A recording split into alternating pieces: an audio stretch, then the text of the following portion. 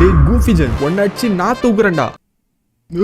பயமா இருக்கு கிடைச்சிடாத. ப்ரொஃபைலை கிளிக் பண்ணி பாக்குறேன். Doctor content creator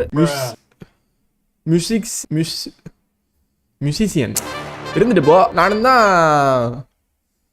music. ஆனா இந்த வாட்டி டான்ஸ் கிடையாது, பாட்டுக்கு போட்டி. யாரு தோக்குறாங்களோ அவங்க பாட்டு பாடணும். இந்த தான் நல்லா பாட்டு பாடுறாருல. ஆனா அதுல ஒரு ட்விஸ்ட் இருக்கு, கடைசியா சொல்றேன். முதல் மேட்ச் நான் பிளாக் ஆடினேன். ஒரு பாயிண்ட்ல பொசிஷன் இப்படி வந்துருச்சு. நான் என்ன பண்ணேன், பாடம் கொடுக்குற மாதிரி கொடுத்தேன். அவரும் அடிச்சாரு. இந்த இடத்துல மறுபடியும் பிஷப்பு கொடுத்தேன், அதையும் அடிச்சாரு. குயின் D4ன்னு ரூக் அட்டாக் பண்ற மாதிரி அட்டாக் பண்ணேன். அதனால இந்த பக்கம் பார்த்துட்டு இருப்பாரு அப்படின்ட்டு. அதே மாதிரியே ரூக்கை ப்ரொடக்ட் பண்றேன்னு A4ன்னு வச்சாரு. நான் அப்படியே அந்த பக்கம் அடிக்கிற மாதிரி அப்படியே ஒரு பல்ட்டியை போட்டு குயின் F2 மேட்டாச். 10 மூளை.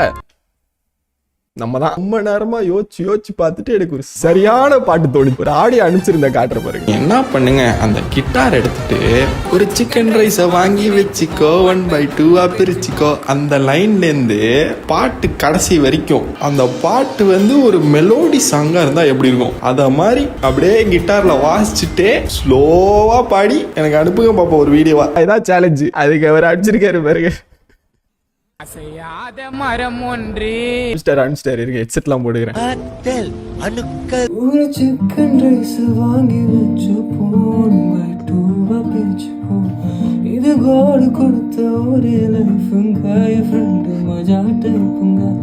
நான் மாமன்னு சொன்னா, என்ன மச்சான்னு சொன்னா, நான் கோவிந்தன்னு சொன்னா, என்ன கோபால்னு சொன்னா, வட நான் என்ன சொன்னா, அப்படி போயிடுன்னு சொல்லிட்டேன். அது இந்த பாட்டை இப்படி கேட்கலாம். நானும் இப்படி பாடுவேன், கேட்கதான் முடியாது.